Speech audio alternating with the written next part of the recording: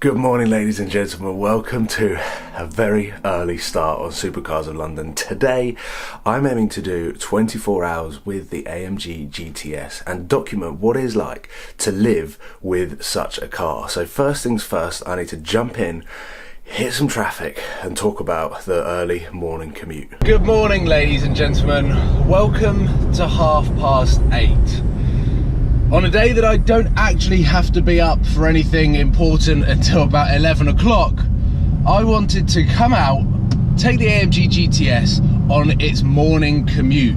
8:30 is half an hour before most schools start, most offices open, so this is one of the busiest periods on UK roads, and already I'm stuck in traffic. But the idea is to get an understanding of what this car is like to live with day to day and what this car is like stuck in traffic. Now, my idea for my morning commute was to head directly to the M25, where, as a lot of you will know, the M25 is probably the UK's best and biggest example of a car park, and a free car park as well. But I'm stuck in traffic nowhere near the M25 and didn't really think this through. If we're gonna review the AMG GT-S in traffic on the morning commute, then we kind of need to take out the human mentality that is, I need to get to where I'm going, this is so annoying, why are there people going faster than me in that lane,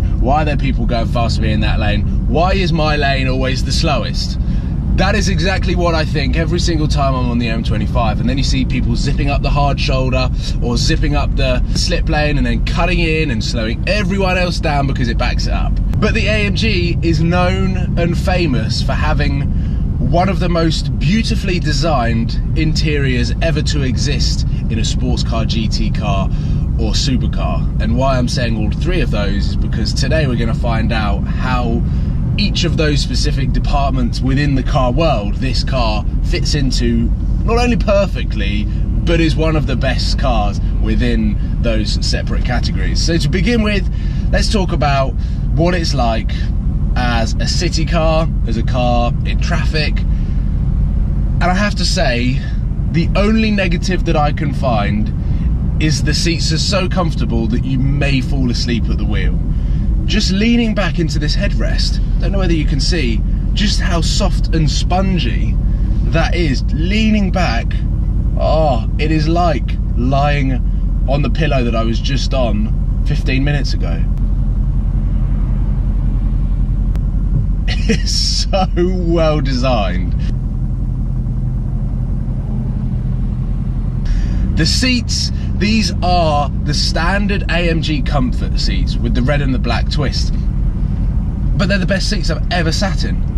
The best seat I have ever sat in. I prefer to sit in these than sit in my living room settee, sofa or armchair.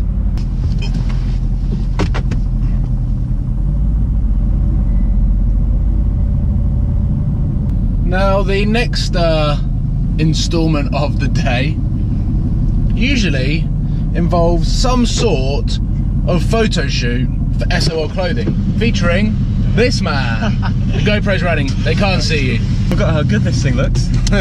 You see it in the distance looking all menacing. I know, it does look mean. So, around 10:30, 11 o'clock, there's usually some sort of photo shoot to be done, which is why Alex Calms is here, and we're headed off to some lovely country lanes to not only take some cool pictures of the cars, the new accessories for SOL Clothing, but I am also here to answer the question, can you put the power down properly in 625 brake horsepower on some lovely British B roads?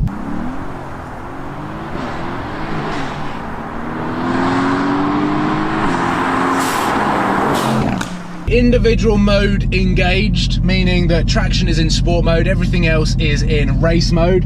Alex is primed and ready, and now we're going to have some fun. The steering becomes a little bit more weighted.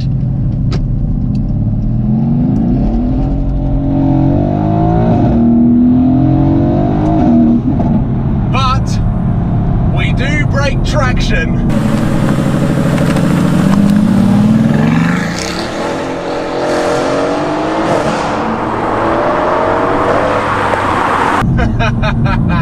That's kind of like the first acceleration of the day though, so I feel like with the warmer the tyres get, fingers crossed, the more traction we get.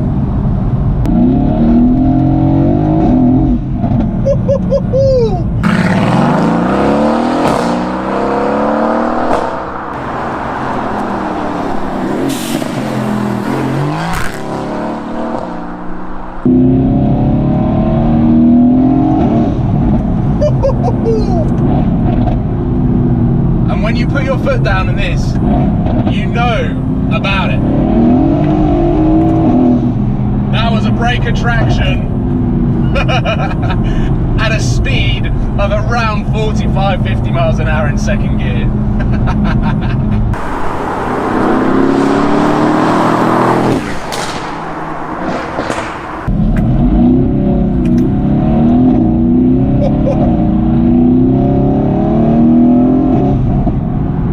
Oh, you build the noise up the rev range.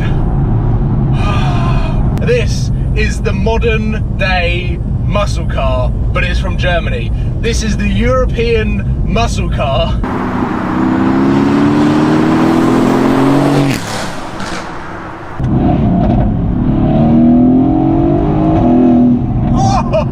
Oh my god, I've never heard that noise before. Right at the top of the rev range, you sort of lift off from the accelerator and it just bangs.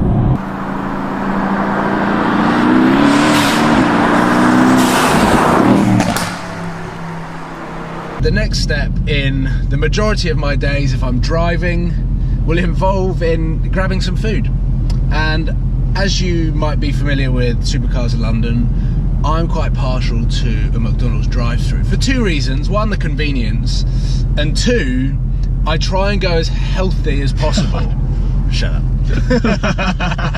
You've just said to me that you skip breakfast and that you're starving. Yes. So Alex here is it vegan or vegetarian? Pescatarian. Pescatarian, so you can have fish. Correct. So okay, which is why you want a fillet of fish. Yes. I've never met someone that's ordered a fillet of fish before. I'm the only person in history. They don't know what it is when you order it. They have to look at some instructions. Yeah. Secret menu. Yeah. Fish.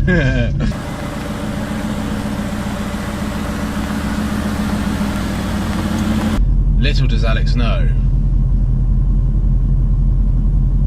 I'm probably going to do a McDonald's roulette. Here we go, get nice and close to the curb.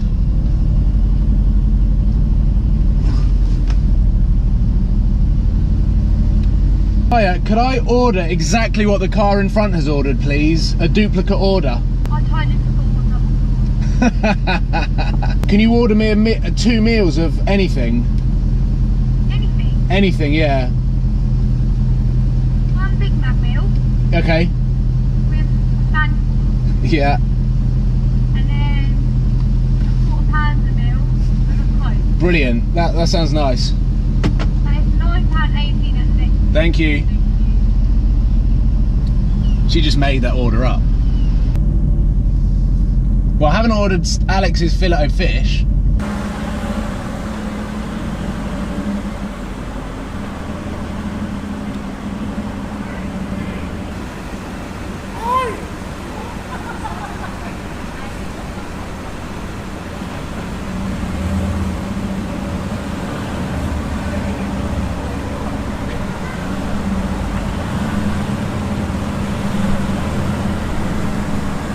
What have you ordered? Or what has she ordered? Not fillet of fish. We've got a Big Mac, so you can either take the meat out of that, or a £1/4 of cheese. Or do you just want the chips? I'll have the chips, you can have the 2 burgers. Cheers. Don't spill them. Oh, it's 2 packs? Yeah, I got 2 meals. I'm thoughtful like that. Tunnel incoming.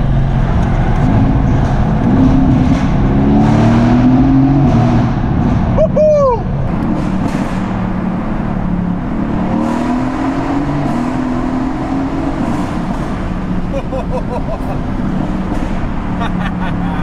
Quick, off the top of your head, 100 grand, 1 car, the most fun you can have in a car, what would you go for? Try not to go AMG GT-S.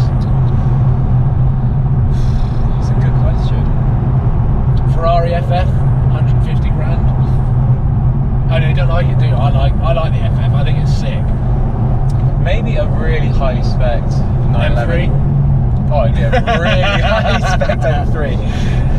High spec 911. Okay, you know when I drove that red Carrera 2S from Porsche Colchester? Yes. That car was 115 grand. Yeah. Would you have that red Porsche over one of these? No way. This has got substantially more power and usability. Yeah.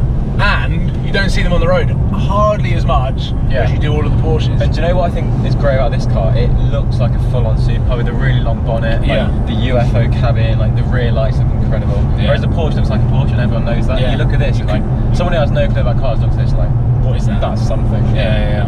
That's what I like. So, again, I've kind of summarised the long journeys, the B roads, the traffic, the driving around town. I'm going to take this car to a meeting, which I'm going to take you on a bit of a journey. I'm going to show you what it's like to park and how usable it is to just do normal things like go and park it in a car park, which if you had a Lamborghini, you'd be pretty scared to park it anywhere because someone might open a door on it. We've made it to Dub Customs and I've got out of the car and I've noticed that this is by far the worst weather condition for the satin black chrome wrap because it just looks matte grey. We've made it. We're here and I'm getting pestered by Fords. This is going to be the most Ford heavy car park. Oh, there's a Lotus in here. In here we go. Business visitors car park, do you reckon? I reckon so. Let's see if I can squeeze in here.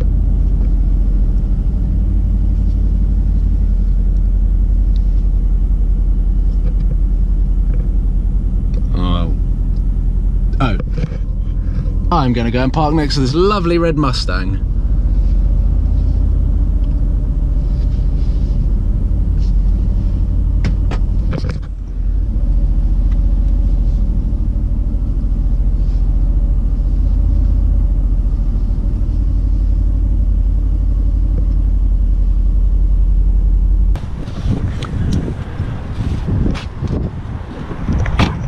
I just quickly want to film these two cars together because they look cool. Yeah, they look cool. And I'm at Ford's Essex headquarters. So now I'll put this back in. There we go. There we go. And that is that. That is a day with my AMG GT-S. It is now parked downstairs at Dub Customs. It's going to live here for a couple of days whilst it gets cleaned and prepped, and then I will be here to pick it up. So we've gone through the commute, we've gone through sitting in traffic, we've gone through going through the towns, we've gone through smashing the car through some B roads in individual setting with traction with a little bit of play, and we've gone through how good of a car it is on the motorway as a cruiser. Like I said in the video, it is possibly the perfect utility vehicle. Me and Alex had a bit of a discussion. What is the best car that you can buy for 100 grand, 110,000 pounds, that you can only have one car, but the most fun, usable every single day. And literally, the AMG GT-S is definitely a contender for being up there. Evo Car of the Year, it was in that video. It didn't win, but it was in it. So that's all that matters. Thank you for watching. Hopefully you've enjoyed this video, and subscribe if you haven't already. And I look forward to seeing you very soon for some more footage of the AMG, the BMW M3, and all sorts of other adventures that I'm currently planning. Thank you for watching, and I'll see you soon. Cheers, guys.